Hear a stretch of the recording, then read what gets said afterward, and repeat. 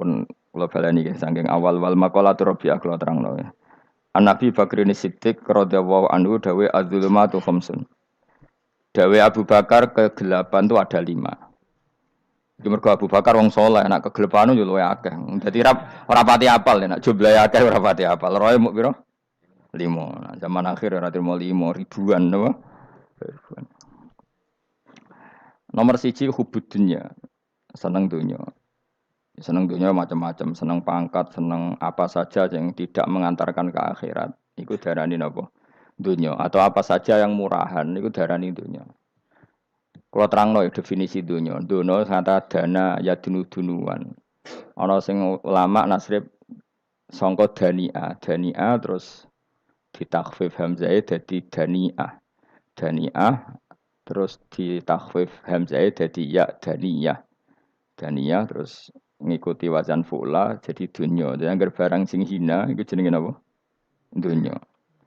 Utawa barang sing dekat iku jenenge dunya. Mergo maknane dunya iku saiki, dana iku maknane dekat. Akhirat nanti. Srungokno wae kok kowe suwe-suwe paham. Sehingga sesuatu yang tidak murahan, kayak sujud, kayak sedekah, kayak ngaji iku ora dunya. Ini kesaksian akhirat. Sehingga ngendikane Ibnu Khaldun niku Allah itu ngeritik dunia ya yang perlu dikritik. Bahkan kadang akhirat pun dikritik pangeran. Swarga pun kadang dikritik pangeran. Nak wayai perlu dikritik. Karena ada konteksnya. Ada apa? Konteksnya. Misalnya begini. Saya punya kitab namanya Khilyatul Auliya atau Baqatul Asfiya. Saya sampai sekarang belajar kitab itu terus. Ini sekitar 14 jilid. Ini kitab Induan Ikhya. Saya berkali-kali ngomong di mana-mana. Imam Ghazali dalam hal mana Kibul Akhyar, sejarah orang-orang pilihan itu nginduk kitab nama Khilyatul Auliya itu 14 jilid. Dalam ilmu tasawuf beliau nginduk kitab jenis Qutil Qulub, ini karangan Abu Thalib Al-Makki. Dalam fikih tentu beliau nginduk gurunya Imam Haromen. Dan memang kitab itu harus nginduk, kalau tidak namanya mukhtarik, bikin-bikin. Memang syaratnya ulama harus muttabi, dia hanya pengikut, tidak boleh kreasi. Kalau kreasi namanya bid'ah, bid'ah. Kalau terang, di situ ada cerita ada seorang sufi bodoh ngeritik dunia entek ngamas. Dunia wis ora ono benere, dunia iku nggon batang, pokoke dunia iku jifah batang. Sing berebut batang ya siap-siap rebutan mbek asu, pokoke ngomong wis tok ndi-ndi.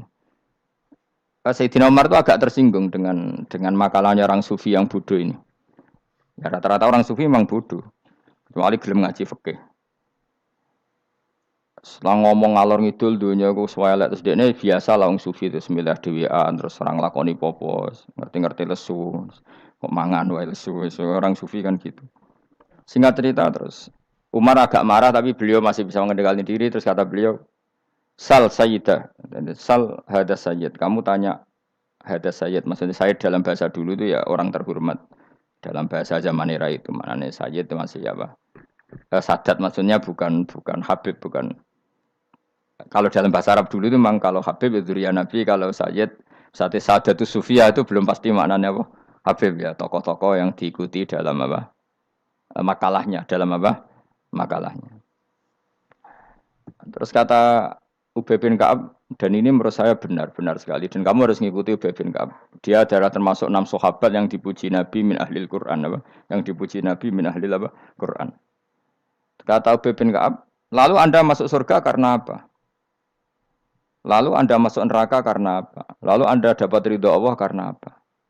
Kamu itu bisa masuk surga lihadidar karena kenangan di rumah ini, maksudnya karena dunia ini. Karena sujud kamu, karena kebaikan kamu, itu di mana? Allah mereferensi amal kamu ya di dunia ini. Kamu masuk surga karena sujud kamu di dunia ini, nanti masuk neraka karena keangkuhan kamu di dunia ini. Fahadi dunya mi'yar, dunia ini adalah takaran. Semua referensi Tuhan tentang akhirat itu merujuk kelakuan kita apa? Di dunia. Sehingga kalau kamu masuk surga selamanya lama, itu ya karena kebaikan kamu di dunia. Maka jangan kritik dunia ini. Karena dunia itu mahalu sujudika, mahalu ruku'ika, mahalu pokoknya dia ngarah-marah. Sehingga semenjak itu kata Ibnu Khaldun, orang tahu dunia yang dikritik adalah dari madatul kalimah dani'ah. Suatu yang murahan. Apa? Yang murahan. Sehingga kalau misalnya orientasinya itu kebesaran, kebesaran li'ilai kalimatillah, maka itu tidak termasuk dunia. Dan yang suasananya akhirat tapi motifnya adalah kasal, kemalasan, itu yang benar-benar dunia. Makanya Imam Syafi'i sering kritik tasawuf itu sampai usisati tasawuf alal kasal. Ilmu tasawuf itu basisnya itu karena pemalas. Karena tadi, misalnya begini, ini contoh paling gampang. Zaid itu di daerah pinggiran. Di daerah pinggiran di mana Islam itu minoritas. Terus dia ingin kaya raya supaya bisa bikin masjid atau bikin komunitas Islam. Atau dia ingin jabat jadi lurah supaya nggak ada pelarangan orang sholat karena dia yang punya otoritas bikin aturan. Atau kalau mungkin skup lebih besar dia ingin jadi bupati supaya daerah situ familiar dengan Islam karena pejabatnya Muslim. Itu tidak dunia karena semua orientasinya untuk mengawal sujud, mengawal kebenaran. Tapi kalau kamu di daerah pinggiran, kemudian milih DWA, kabeh kersane pangeran, sidik-sidik kersane pangeran, terus kamu meninggalkan aktivitas dakwah, itu yang dunia, karena motivasi kamu adalah al-kasal, males dari mewarnai buminya Allah ini dengan sujud. Ini yang banyak orang sufi salah paham. Makanya orang sufi harus ngaji fikih. Bendekne roh, dielingno wong alim, wong fikih nak kitmanul ilmi ku haram. Kitmanul ilmi haram. Menyimpan ilmu itu haram. Tidak memberi kontribusi dalam proses orang sujud adalah haram. Tidak memberi pencerahan pada umatnya Nabi adalah haram. Menikmati keasikan yang pangeran dewi adalah haram. Dia harus diingatkan gitu terus. Kalau enggak, itu bahaya bagi agama ini. Makanya dulu itu enggak ada orang sufi yang enggak ngaji ulama fikih. Sekarang kebalikan, malah wong sufi darani fikih mau kulit dekne wis tok hakikat, sembrono. Oh tak tobatno tenan nek ketemu aku. Itu bahaya, paham seperti itu tuh bahaya. Karena sekarang itu sufi itu jadi identitas kesalehan. Jadi yang makome sufi koyo-koyo sak dhuwure ahli napa? Fikih. Itu bahaya. Karena tadi sufi itu akan ngeritik dunia sepedas-pedasnya. Kemudian ujung-ujungnya meninggalkan dunia, kemudian happy-happy asik pangeran dewean dan membiarkan umatnya Nabi ini berserakan kemana-mana, tidak terlibat sama sekali, tidak memberi kontribusi sama sekali. Cara bahasa gampangannya orang gelem amar ma'ruf, gak gelem nahi mungkar. Tapi bahasa amar ma'ruf nahi mungkar kan saiki dadi gerakan ekstrem. Makanya ora tak bahasa amar tidak peduli, tidak mulang. Mergo saiki bahasa saiki repot terus. Paham ini penting kalau terang. Jadi kalau baleni malih ya. Sing dimaksud dunya ketika dikritik pangeran iku dunya sing sangka kata dani'ah, sesuatu sing murahan, sing enteng, sing nafsu. Iku jenenge napa? Dunya, napa? Dunya. Tapi ketika sesuatu itu baik dan mengarah kepada Allah, iki jenenge dunya iki masru'atul akhirah. Maka dunya itu di dua status napa? Siji masru'atul akhirah. Dan ini status yang harus kita pakai. Makanya kata Imam Ghazali itu, kue nak randi duwe, sak penat-penate urip, terus merasa nggak punya kenikmatan. Datang saja ke kuburan, dan yakinlah semua yang sedang mati, keinginannya hanya satu, ingin kembali di dunia dan memperbaiki amal-amalnya. Berarti dunia adalah segala-galanya bagi orang yang sudah mati. Ya, orang yang sudah mati itu cita-citanya satu, la'alli arji, semoga kita kembali ke dunia. Untuk apa? Untuk membenahi semua kesalahan yang pernah dilakukan zaman ning dunia. Terus kamu ingat, fa'ana fid dunya. Ya Allah, alhamdulillah sekarang masih saya di dunia. Artinya saya punya satu kesempatan yang diinginkan semua orang yang sudah mati di seluruh dunia. Lalu malah wali anu urip malah kepengen nang mati. Saking kakean kasus ini, apa? Kakean apa? Kakean kasus. Makanya di sini sirinya para rasul, para nabi itu sering donga Allahumma tawil umrona, sehingga banyak orang soleh mendoa supaya panjang apa? Umur. Itu karena pas itu yang hadir adalah dunia dengan makna masru'atul akhirah. Tapi ada juga wali dan nabi kadang-kadang donga, ya Allah, jika sebaiknya saya mati, mati saja. Itu ketika tergambar dunia yang sudah murahan, yang sudah arogan, yang sudah tidak jelas. Maka dunia ini punya dua status sekaligus. Jika prospek bagi Anda untuk masru'atul akhirah, maka nikmati senikmat-nikmatnya.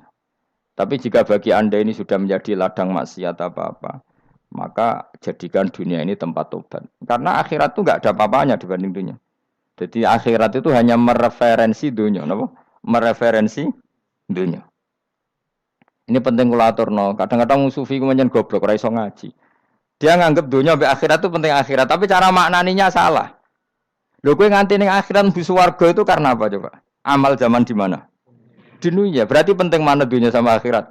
Penting dunia karena akhirat mau efek, apa? Efek dunia ini yang pokok. Apa dunia ini yang pokok. Kalau Allah kan cara ngendikan tidak seperti itu. Allah cara ngendikan gini loh. Akhirat, maksudnya walal akhiratu khairul laka minal ula gini.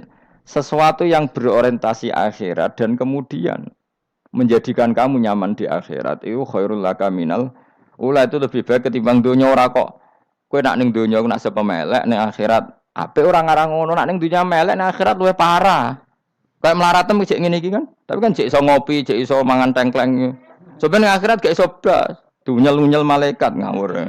Gayamu bareng melarat iso ning dunya lara lah nek akhirat penak. Aku yakin ora luwih lara, tak jamin. Ngeraine kan ketara nak ngono. Keliru omongan aku ning dunya lara lah sementing nek akhirat penak itu ndak bisa. Kowe nyifati dunya nggon lara iku serapati ridho mbek pangeran. Berarti ketika iso ngopi ra syukur, ketika iso mangan ra syukur, anane nyifati dunya lara. Berarti rapati ridho mbek pangeran. Malah dibles-blesno sebenarnya. Pemenang nak pengurus akhirate aku tak tekek. Cuma aku lho pengurus ora sebenarnya. Tapi gak ada rencana daftar jadi panitia apa? Akhirat.